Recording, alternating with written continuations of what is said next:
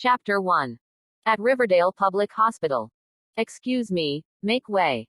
Philip Clark was carrying an unconscious little girl as he rushed into the hospital, yelling madly, "Doctor! Doctor! Quick! Save my little girl!" The nurses and doctor who had rushed out quickly took the child from Philip's arms, and entered the emergency room.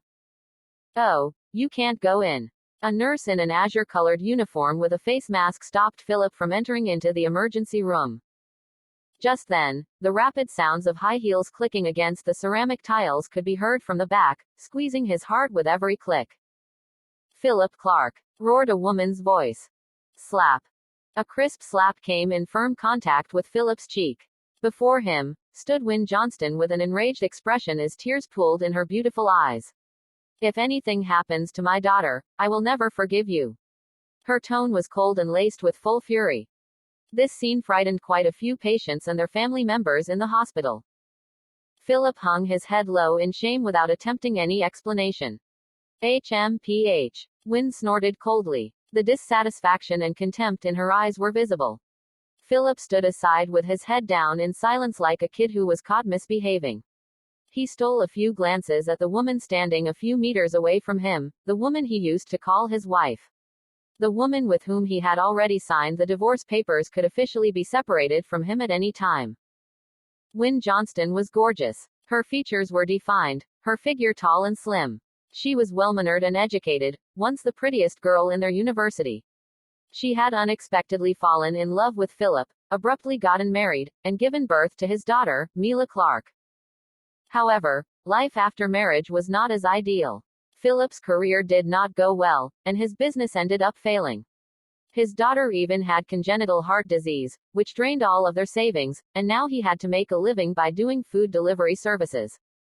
On the other hand, Wynne was a deputy general manager of a marketing department in a public-listed company. One of her parents was a section chief, the other a retired teacher. It was safe to say that Philip did not have much status in the Johnston family, and for the past 2 years, he was almost non-existent.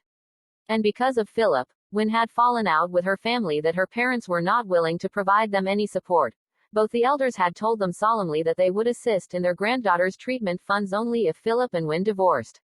After the divorce, the child would belong to the Johnston family. This matter had dragged on for a year. The emergency room's door was pushed open, and Philip saw his daughter being pushed out. He wanted to rush over, but Wynne had already gotten there first. He stopped in his tracks and watched his adorable little girl from afar. Little Mila was wearing a respirator, but her big eyes were bright like obsidian gems. She reached out with her tiny pale hand and mumbled, "Papa." Philip went over to hold his daughter's cold hand while gently brushing away the wisps of hair from her forehead, smiling as he said, "Papa's here." "Mama, please don't fight with Papa. It's Mila's fault. I wanted Papa to take me to the amusement park."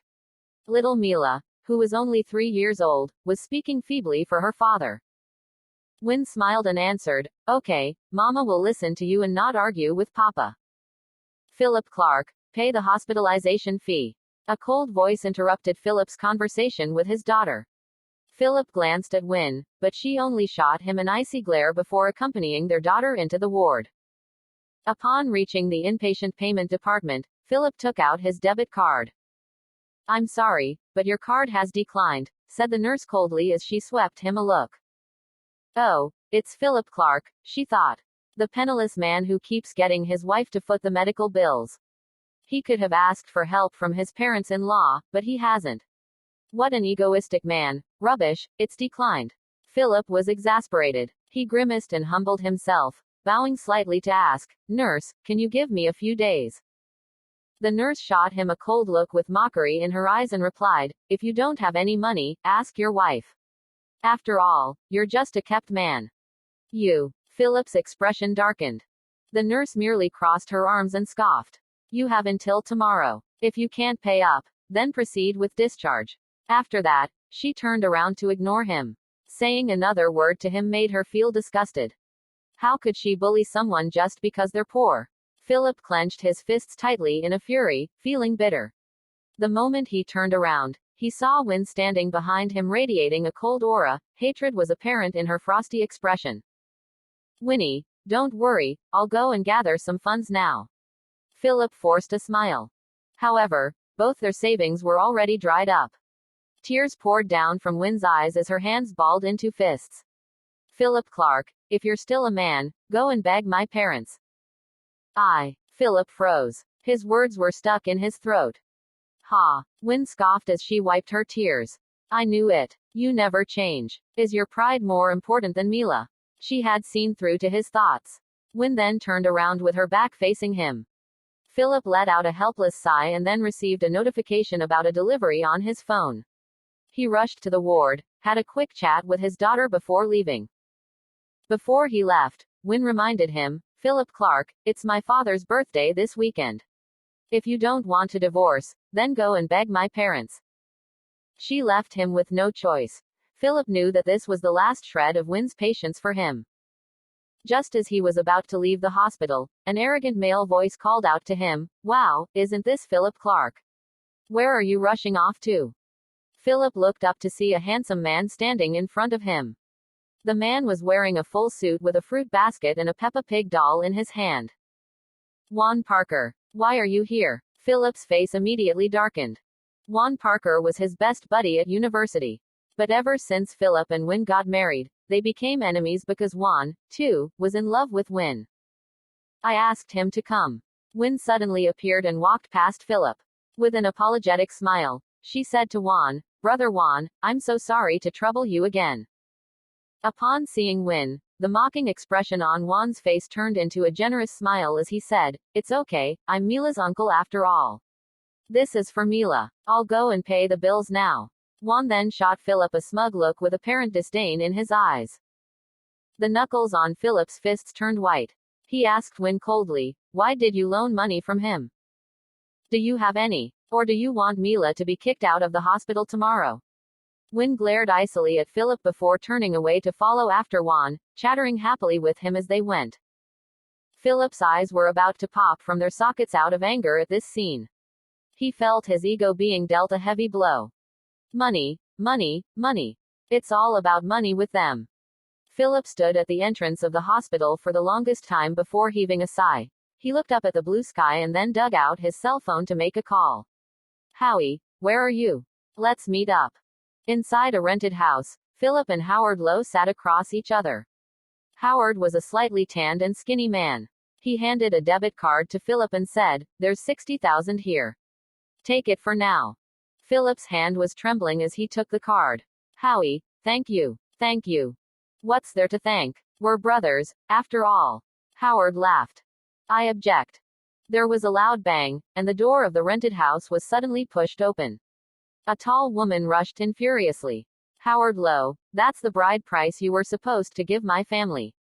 Why are you giving it to him? This woman was Howard's girlfriend, Ruby Ford.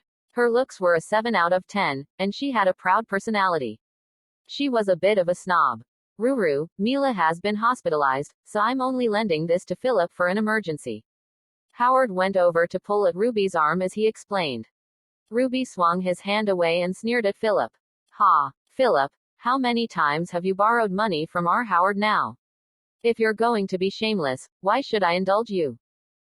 Ruby. Howard's voice deepened as he tugged her sleeve. Ruby would not back down. She pointed at Howard's nose and blamed him. Mr. Lowe, if you're going to loan him the money, I'm breaking up with you. You can forget about our wedding. Seeing as they were about to get into a fight, Philip put the card down onto the table, stood up, and nodded apologetically. I'm sorry. Howie, I'll see you guys at your wedding ceremony then. I'll take my leave now. Goodbye, Ruby said coldly. Without waiting for Howard to chase after him, Philip had already run out of the rented house. As soon as the door closed behind him, Ruby and Howard's arguing voices sounded behind the door. Philip squatted down with his phone in one hand and a cigarette in another, lost in thoughts along the streets. Being poor is a sin, and you really can't move forward without money. After making up his mind, Philip finally called a number he had not dialed in 7 years. The call soon got through. Hello, young master. Young master, is that you? You've finally called me. The voice on the other end sounded thrilled. There were hints of age and even sniffles. Philip sighed helplessly and said, George, I need money. Can you transfer me 100,000? Oh, young master, please don't say that. I would even transfer you 1 billion if you wanted. The older man on the phone was still excited, but soon, he sounded troubled. But young master, according to your agreement with the master, if you want to use the finances and connections of the family, you'd have to come back and inherit the family business. Could you come over to the company, and we'll discuss this? Philip pondered it for a moment before answering, all right, I'll make a trip over. Great. Young master, I'll send someone to pick you up. Old George said enthusiastically. That's okay, I can go over myself. Philip said before asking, oh yes, which company? Apex Group. I'll be waiting for you at the director's office, said George.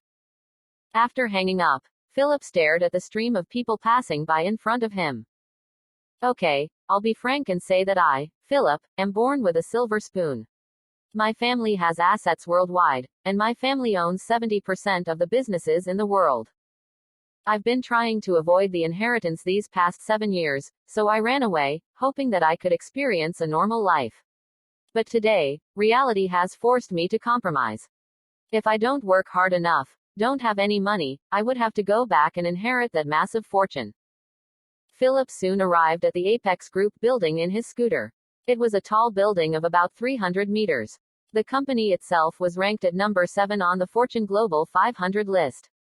But then again, all the companies in the Fortune Global 500 either belonged to the Clark family or had a piece of share owned by them.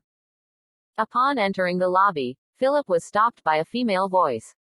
Hey, you there, who said you could just barge in? Get out. Delivery men aren't allowed inside. Call and get someone to come downstairs to meet you. A pretty girl in black uniform blocked Philip's path and started scolding him. She had a mature appearance and a dignified aura. What are you staring at? How disgusting, you rogue. Hurry up and get out. Lily Simmons shot a hateful glare at Philip, thinking that she had seen enough delivery men in her life.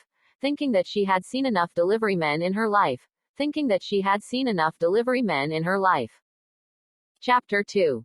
Philip's expression changed, frowning slightly. Seeing Philip in his delivery uniform, looking shabby, Lily pointed at the door and said, Get out now, we don't allow delivery men here. I'm not here for delivery, explained Philip. Lily tidied her bangs before crossing her arms and said icily, This is not the first time I hear this. Everyone that comes in here says they're not delivery men. Please. I'm not. I'm here to see George Thomas. Feeling exasperated, Philip headed inside after saying that.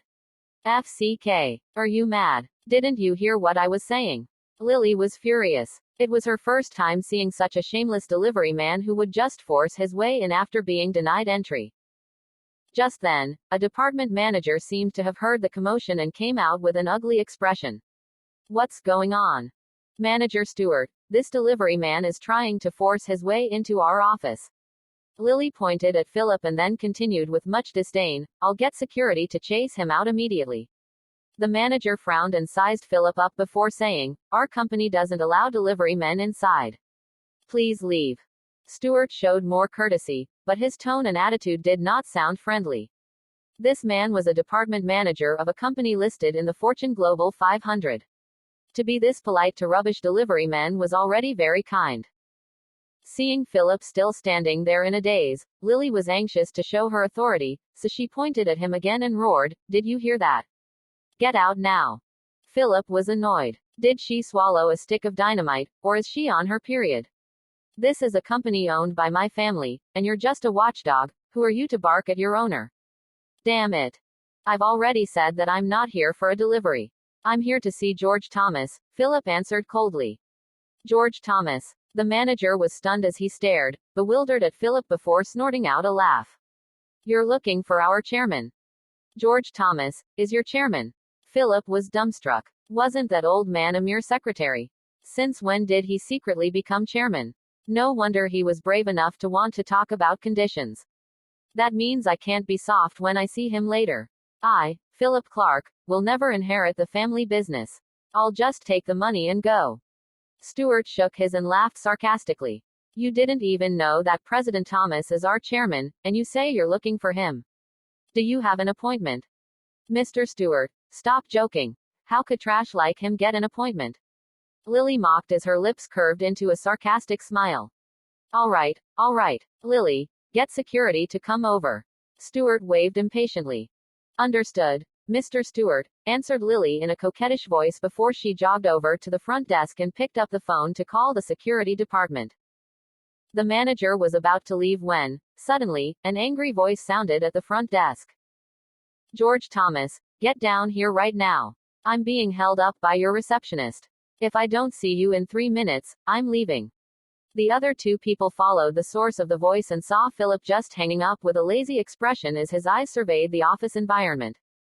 The mocking smile on Lily's lips grew, and she reproached, "You're even putting on an act now. You deserve to be a delivery man for life." Her hands then shifted from the phone to take a secret picture of Philip to post on her social media timeline with the caption, "Disgusting. Met a mad delivery man today and about to get security to kick him out." On one side, Stewart frowned as he shot Lily a look. The latter understood immediately and gave him an, "okay," gesture. She called the security department and reported, "Hello, come over to the front desk to take care of a piece of human trash." After hanging up, Lily sat back down and started touching up her makeup, ignoring Philip. Soon, the chairman of Apex Group, George Thomas, with his secretary in tow, came jogging out of the elevator and saw their young master waiting at the lounge from afar. However, what made their eyes pop was seeing 3 security personnel about to throw the young master out. "That's the sole heir of the family business." George instantly yelled, "Stop." The 3 security guards were just pushing Philip out when they heard the order. They turned to see their chairman rushing over with an enraged expression. "Why is the chairman here?" Thud. The 3 men straightened up and saluted. "Good day, Mr. President," they greeted. However, George did not notice them and went straight toward Philip, his face blooming like a sunflower. The moment Lily noticed the chairman, she quickly hurried over. And when she saw Philip still standing there like an idiot, her rage grew. "Mr. President," Lily greeted respectfully before turning to glare at Philip with disdain. "Why are you still here? 3 of you, throw him out immediately." Lily was enraged. Were the security team blind? How could they let this trash stand in the lounge when the chairman was here? What if this madman annoyed the chairman? George, however, shot a cold glance at Lily and reproached, "What are you doing? This is the young master of our company, the future president. Who allowed you lot to be this disrespectful?" Young master. This guy. How was this delivery man anything like a young master? Lily was dumbstruck. She said indignantly, "Mr. President, are you mistaken? How is he our company's young master?" "I'm not mistaken," answered George coldly as the contempt for this woman grew in his heart. "What kind of tone and attitude is this? Is this how you speak to your chairman?" Lily immediately realized her error and bowed in apology. "Mr. President, I'm sorry, The manager, Stewart, from before just happened to come back at that moment. He gave a flattering smile and asked, "Mr. President, why have you come down here?" As he spoke, he noticed that Philip was still here but was not aware of the current atmosphere. His face went red, and he frowned. "Why are you still here? Didn't I tell you that our company doesn't allow delivery men in here? Get out." Soon after he spoke, he felt a pair of cold eyes staring straight at him. Oh dear, idiots were everywhere, but they were especially abundant today. "Shut up." George exploded furiously and roared, "He is the young master of our company. Both of you are fired." Philip shook his head, helplessly. What a sin it is to be such a snob. "Young master, this way please." George bowed slightly and gestured him to go inside. This scene startled both the manager and the receptionist. Young master. Was he really the young master? Seeing as Philip was about to leave with the chairman, Stewart immediately rushed over to smile apologetically and begged, "Young master, I was too blind to recognize you for who you were. Please forgive me this time." Stewart could see how the chairman was so respectful to the young man. Apex Group was ranked 7th in the Fortune Global 500, and the chairman himself was a prominent figure worth over billions. If a big shot like him said that this young man was the young master, then he was the young master. Lily, too, had rushed over with a docile expression as she apologized, "Young master, I was wrong. I won't ever do it again." Philip only glanced at George indifferently. The latter instantly pointed at the security team and ordered, "What are you standing there for? Throw these two out. From today on, don't let them take even one step into our premise." Young master, we were wrong, please forgive us." Stuart and Lily both ended up being tossed out of the building by security. Upon reaching the president's office, Philip sat down at the leather sofa while George stood respectfully at one side with his hands in front of him. "Old George, you're living a pretty luxurious life. This ostrich skin sofa, what great taste." Philip patted the sofa he was sitting on and exclaimed. George wore a humble expression as he answered, still standing, "Young master, stop joking with this old man. If you would sign your name in this document, everything here is yours to take." As soon as he said that, the tall secretary with delicate skin, dressed in black formal attire behind him, handed Philip a set of documents. Philip glanced at it in disdain. "It's not like you don't know that I refuse to inherit my dad's wealth. I'm here today to ask you to loan me $100,000. George smiled tactfully and said, "I refuse." "Say that again, old man." Philip stood up, abruptly out of anger. George repeated, "I refuse." The older man then continued with a bright smile on his wrinkled face as he tempted, "Young master, as long as you sign this, forget 100,000, even 100 million or billions are all yours." "Forget it then. If I sign this document, my name isn't Philip Clark." Philip raged. 5 minutes later. "Congratulations, young master, you have officially inherited all Clark family's wealth and businesses. Here is your 100,000. How delightful." George stared at the signed document with his face blooming like a chrysanthemum flower.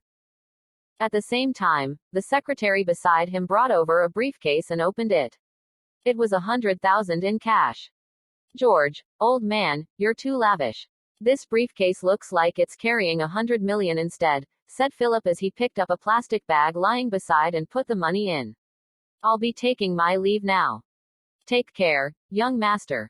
Do you need me to get a car ready for you?" George asked respectfully. "That's okay. I came on my scooter," answered Philip, and he walked out of the office with the plastic bag in hand.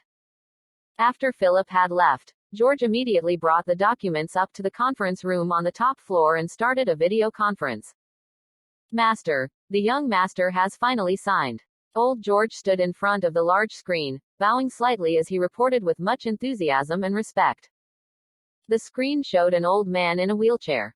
The old man coughed for a bit before slowly lifting a hand and said in a weak voice, "Then pass on the message."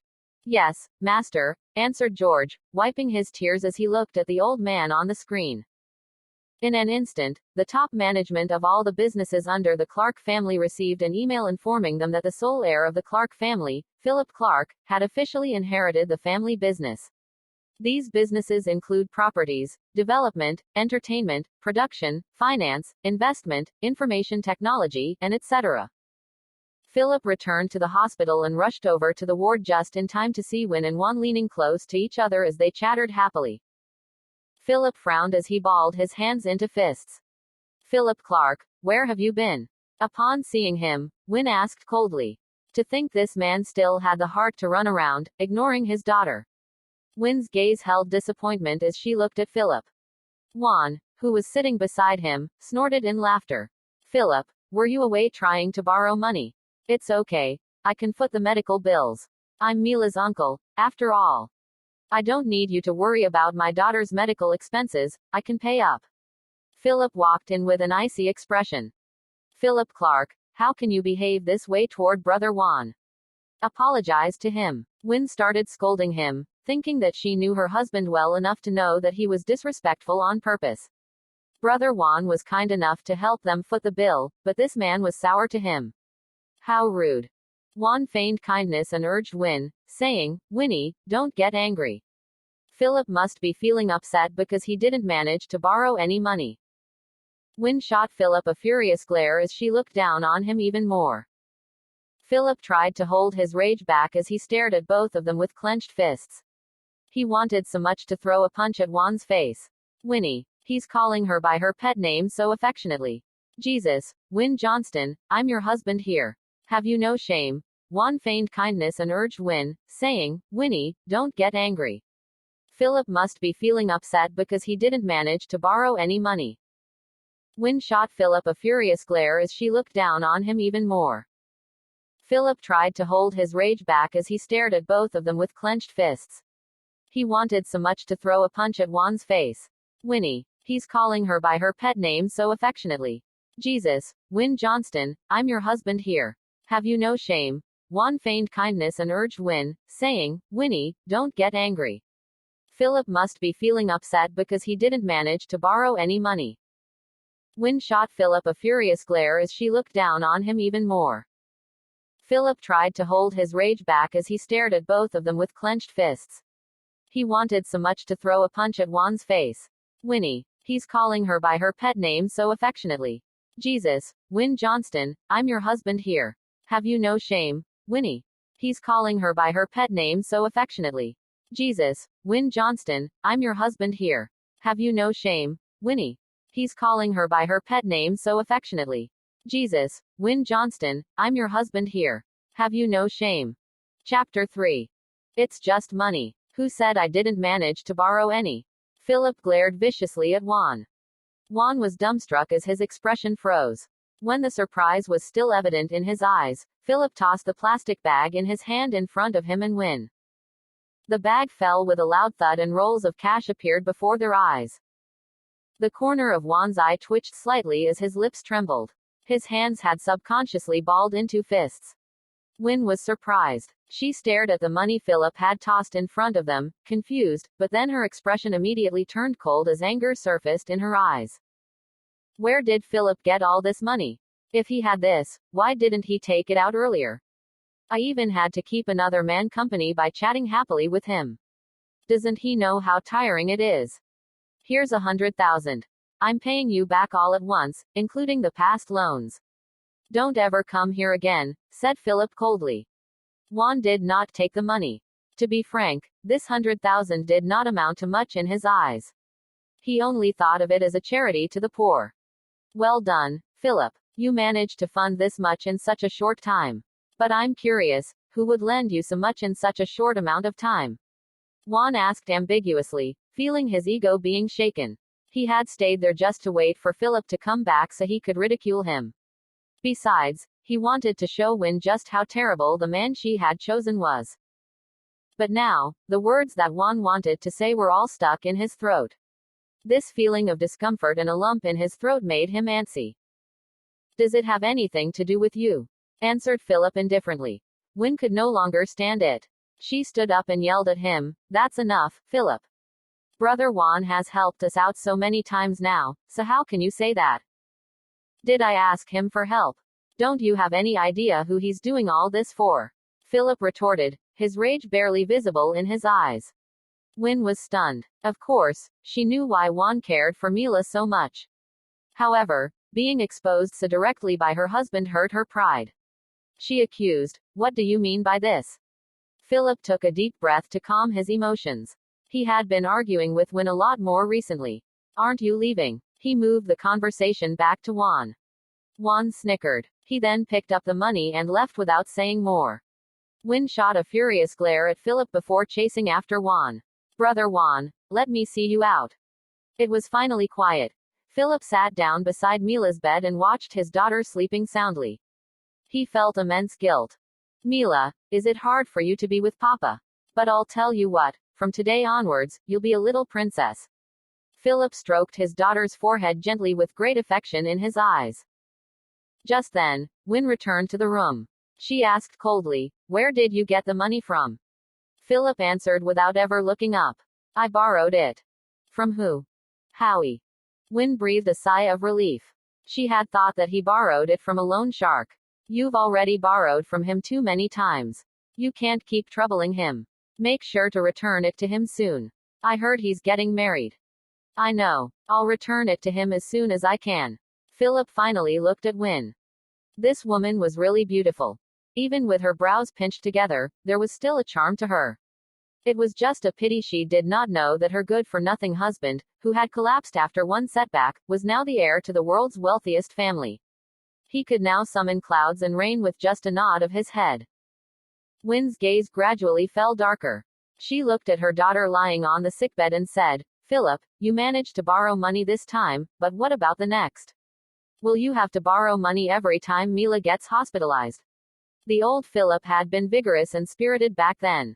It was also the reason why she fell for him.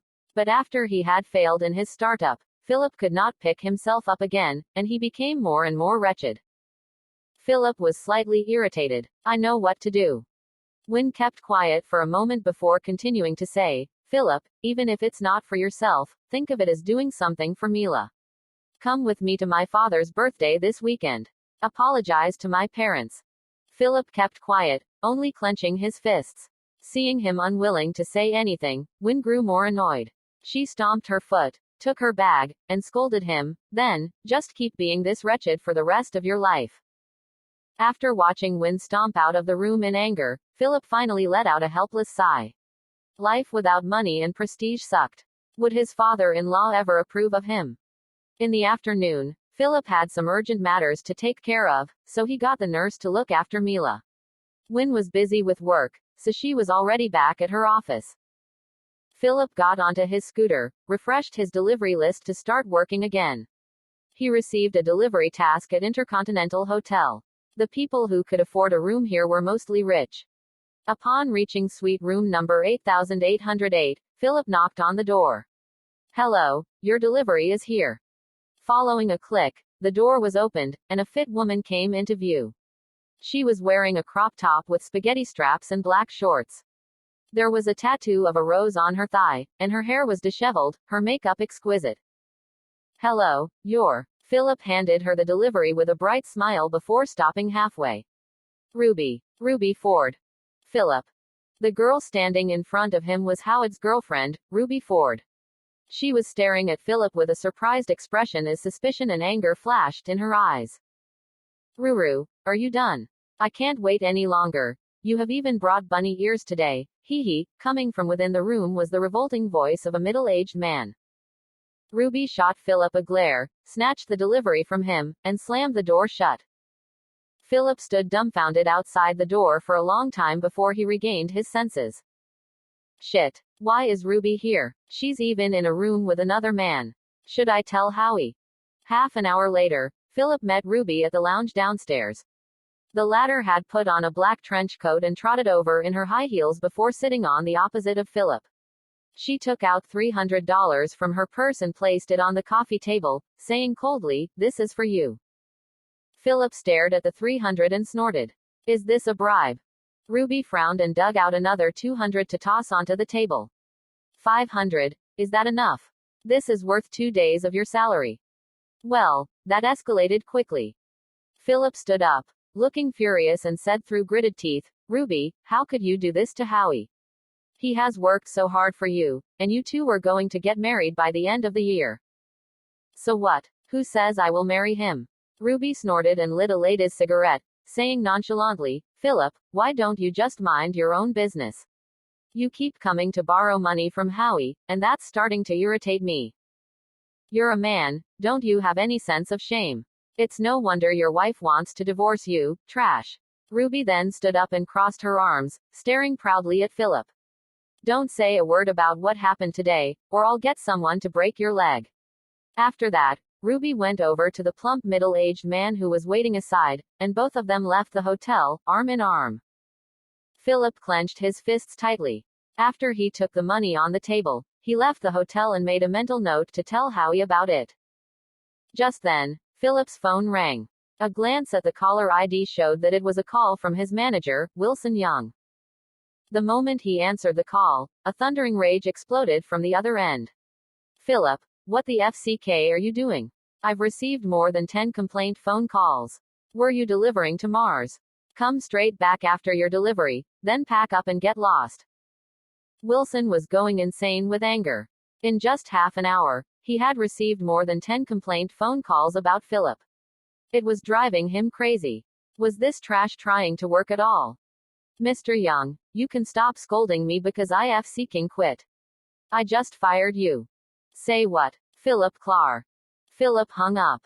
To begin with, he was already mad, and now a mere manager was scolding him to boot. Life had forced him to tolerate it all back then, but things were different now. He had been made to inherit his family fortune and was now the heir of the world's biggest consortium, so how could he let just anybody berate him so simply? Philip dug out his phone and called George. George, I want to repurchase my company, can I? George answered, young master, that company was originally founded by you, but you ended up selling it due to bankruptcy. If you want to repurchase it, just say the word. Philip said calmly, okay. In 10 minutes, I want to become its owner. 2 minutes later, George sent Philip a short message, young master, it's done. You are now the owner of Gopher Delivery Services. Philip nodded. George was very efficient. Philip got onto his scooter and went straight to the office. Wilson Young, wait for Daddy. Just wait and see how I'll skin you alive. Gopher Delivery Services was the company Philip had founded. However, due to poor management, he went into bankruptcy and had to sell it off. Overnight, Philip had turned from a boss to a lowly staff. He lost all his glamour and was left with only endless mockery and cold reception. At Gopher Deliver Services Limited Liability Company, Wilson Young stared at his phone in the lounge, throwing a fit of rage. Shit. This Philip is just looking for trouble. Just because I can't fire you, who are you to speak that way to me? The several staff members standing aside were all shrinking their necks, afraid of getting caught in the fire. Just then, the main door of the company was pushed open, and a middle-aged man walked in. Upon seeing the man, Wilson instantly put on a flattering smile. Boss, why didn't you tell us you were coming? I could have gone to welcome you. It was the company's owner, Kevin Tank. Mr. Tank glanced at him before saying, everyone, prepare yourselves to welcome the new owner. Wilson was stunned. The new owner. Mr. Tank said, someone has spent $10 million to buy this company. Wilson asked cautiously, who is this new owner? Should we prepare something? Mr. Tank frowned and answered, I'm not familiar with the new owner, so everyone, be on your toes later. After that, the staff followed Mr. Tank to stand by at the main entrance of the company. Wilson was instead showing off his authority by saying, everyone, keep your spirits up. The new owner will be here soon. If you perform nicely, you might even get a raise or a promotion. This is about you and your wallets. What a scoundrel, only knowing how to kiss up. He must mean, this is about him. What bootlicker.